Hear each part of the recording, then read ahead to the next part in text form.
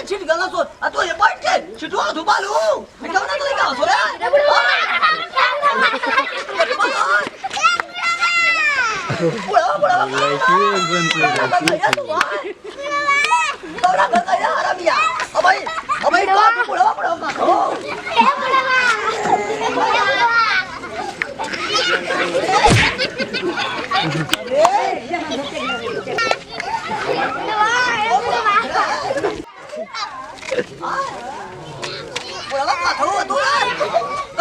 देखा इतना मेहनत से खेत बेच के बालू की बोले हाँ ये बैठ गया बुढ़ को पानी बुढ़ छिटवाओ थे बालू हाँ हाँ छिटवाओ थे हाँ जमीन में गिर गया था तू छिटवाई को हमारे बालू हाँ हम छिटवाओ थे हाँ क्या हो तो गए तो ना दिया थोड़ा फोन चल बना नियाज देख ले हड़ा हां तूने मुंह बना दागो थे अरे अपन ले जा बालू हम हमारे जमीन में धइले वाला काहे खातिर ले जा अपन अरे ले जा मैं तो पहले तो जमीन भाई ले जा हां ले जा देखा तो हमारा घर बने बने उलट है करिया को आदमी कट के हाथ से लगवा दे लाइक उलट में रखेला भले हां तुरंत ले जा तुरंत हम ले जाए ना हां जब जरूरत हुई तो ले जाए ना यार ले जा दादा बहु रही ना वो भी ले जा हां अब ले जा हम अब ले जाए ना हां ले जा अब जाती पड़ाव बोला लिया ले जा अब ले आओ थी तुरंत तो आदमी में को सही हो जाना पूछता ना वो भाई ले जा देखा हो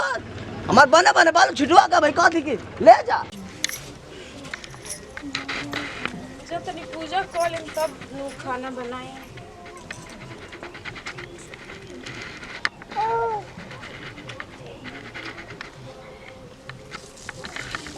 हाथ जोड़ी करो तानी तो हरि पूजनवा इधे नवा दी हो ना रखी हो सुख शांति नवा दी का हो गइल बाबूजी अरे भैंसिया को लो बोलिए छिड़ डालो सोराय जिया कुल भैंस मोटर का कर रे अभी तो बेचे रोने पता नहीं केने कोई नहीं वहां के ए भैया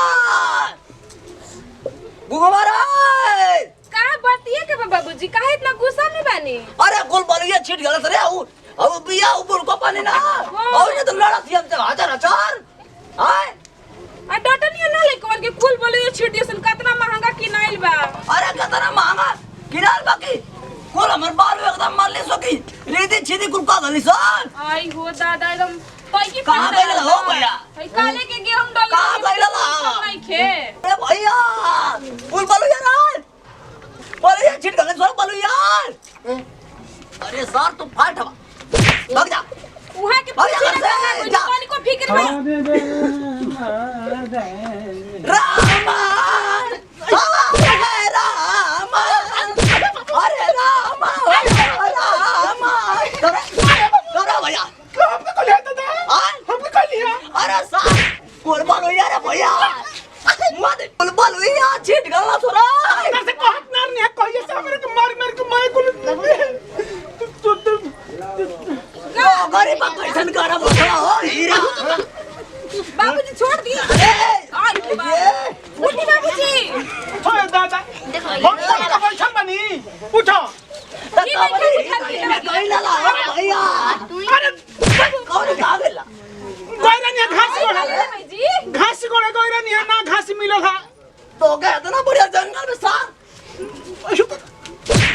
घास नहीं मिला लाल घास नहीं मिला लाल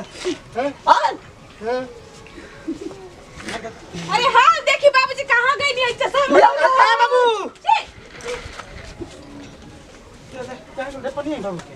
हाँ घर में लेके घुस देख लेके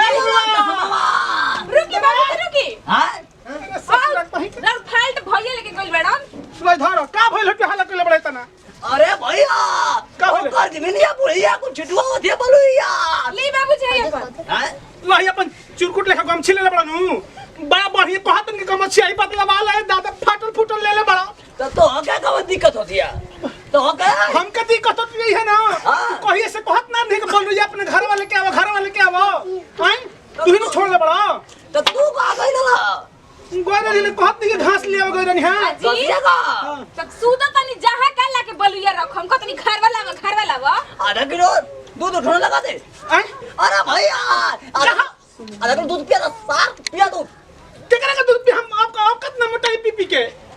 अरे भैया कोल बलुया छिट गला रे बुढ़िया हो कहां बा कहां बलुया कहां तेरे कहां ध्यान रहा तो हम कहत नहीं है कहिए से गांव भर के बोलत नहीं खिया के वजह से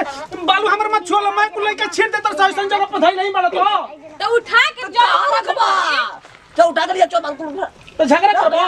कुल बाल ना हमरे से बालू ना उठी ओ जा पाप चली कोली उड़ी भैया आज ओके मार के तनो का भइल त मैंने काहे इतने गरजत रह हां काहे इतने गरजत अरे कह दिया कि हमारे द्वार से तू अपन उठा कर ले जा हां का उल लोग का दूसरा रोडा में चलेगा के रास्ता बका तनी मनी जमीनिया तो धरा गेल बेटा तो ढेर थी समझत लोग काम आओ तनी भाई चलो चलो चली जा चलो हम समझा दे बियान के चली जल्दी झाड़ू उड़ू ले ले झाड़ू उड़ू बाहर खाती पहले बोरवा में कस लो ओकरा बाद का माना हम करो तनी कि मत ओ जे बलुया रखवाबो भैया कटा जाई समझावा जे कुछ के तेरी मार पड़ा जाई आ मैं तो नहीं चले बड़न जा सब बाबूजी अरे खाई जी हो बाबू तेरी मार कटा जाई अरे कटाई बोला तबला मार कटाई बोला हटे भैया कहां बाबू तोहर का आगल बस ना अरे रुका हो हमका पावर बढ़ गला रे भैया आइली बाबूजी आइली देखो चला का तू एकदम झिमला चलल ह बिना ना क्यों नहीं ढेर पड़ गिल बाबा साहब गोदी ले गोदी रे चलो ना को चलो चलो पानी मनी कावला चल बड़ा संजी सोची तो कि कैसे कर पाका बन जाई बनी ना बनी ना हमने के बनबे ना करी अरे भैया आमा करो बुढ़िया रे बुढ़िया आई बापा बोला हमार बालू छीट गलना से एकदम बने क्या कोइले बाबू सोची तो मनी के देखो नहीं खिजा माने बालू तार जमीनिया में रखल बता तार जमीनिया हमनी के खात नहीं जा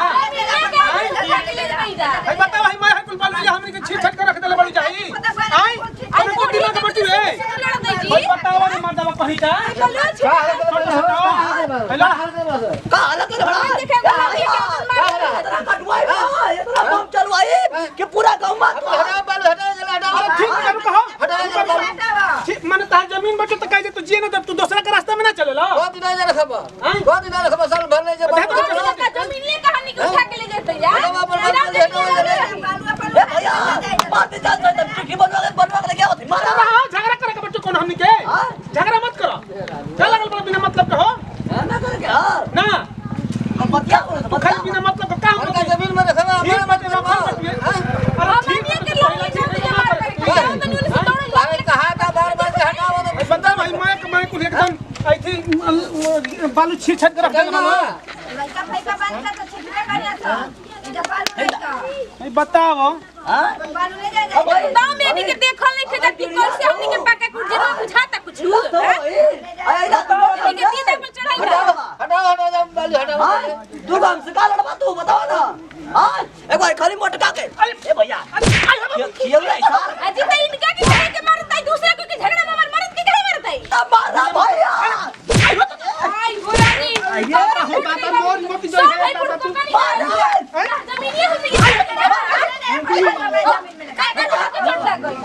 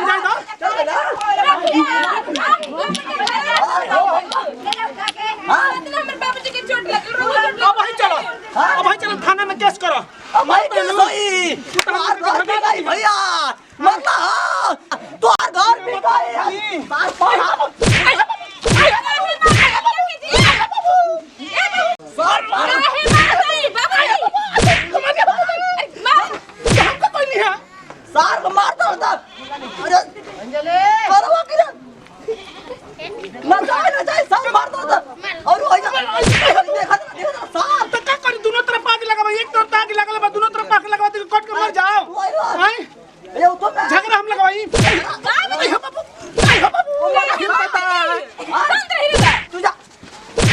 फाट फाट फाट काहे की करते हां तुझे बचावे लगलू हां तुझे लगड़ा लड़ाई करे लेके मरवा रे रमिया मारी हां झगड़ा करे खाती नहीं मरी होई जाई आई बोल को पानी तू हमारे अगर तू अरे हमारे तो मरवाई पे करो मरवाई को हां तो भाई बाबा ये चले बालू चल थाना में केस करब कि 5 गो बकरी रे तू औरे हमारी प्रणाम करतन भैया गोड़ छो गोलत हम आप लोग छोटका लड़का छोटका बेटा बबलू बवाली जैसे प्यार दुलार से बाद हमने के पूरा टीम पे बनेले बनी वैसे हमेशा किरण म्यूजिक और हंसराज म्यूजिक पर हमेशा एकदम बनेले रही भैया कहे कि हर रोज एकरा पर नया नया वीडियो हमेशा हमने के चिरकुट बाबा देखबे कि गुंग बहिराल कार्य जी हम जोन बात हमरा के लोगन जानते में जे भैया ऐसे ही हमेशा एकदम हंसे हंसाए वाला वीडियो जोन बात उनके देखे के मिलत रहे भैया तो देखबे कोई नहीं कि एकरा में जोन बात उनके दूसरा के जमीन में अगर केहू भी अगर कोनो सामान रखता तो एक खातिर एकरा खातिर झगड़ा नहीं करेगा भैया देखबे कोई नहीं कि अगर बालू मन के चलो हमनी के रखाई रहे तो वो अगला जकरा के जमीन में रखाई रहे वो कितना जोन बात में जमीन के लोग ताव देते रहे कि हमरा जमीन में काहे खातिर तू रखोइला है काहे खातिर धइले बड़ा तू ले जा अपना घर तो ऐसा काम ना करे के चाहिए से कि तू केहू दूसरा के जमीन में चलत रह रास्ता जोन बात उनके चलत रह तो दूसरे के जमीन बैठे तू तो दूसरे के जमीन में कोनो भी काम करत रह तो ऐसा ना करे के चाहिए केहू के भी गाँव घर के बात बैठे तो करके सपोर्ट करे के चाहिए बल्कि हम मिलावे के चाहिए कि ना भाई चलो कहीं भी सामान रख लो ई ना कि गरियावे के ना चाहिए बोले के ना चाहिए कि तू अपन सामान ले जाके हटाओ एक खातिर बहुत जगह झगड़ा हो जाता है कि तू हमारे जमीन में सामान मत रख है मत रख हो मत रख तब ऐसे ना होकर के चाहिए हमने के खास करके हमने को हंसे हंसावे खातिर आई संदेश भी वीडियो में बटुए ऐसा गलती रोल मत करो जिसने गलती हमके वीडियो में जो बात उनके कहीं नहीं जाए कहीं नहीं जाए एगो बस सुधार खातिर बने नहीं जाए भैया अगर हम ज्यादा कुछ कहलक तब अपन नाती पोता बेटा समझ के माफ करो जितने से दी विदाई फिर से अगले वीडियो में मिल जाए तब तक लिए जय हिंद जय भारत।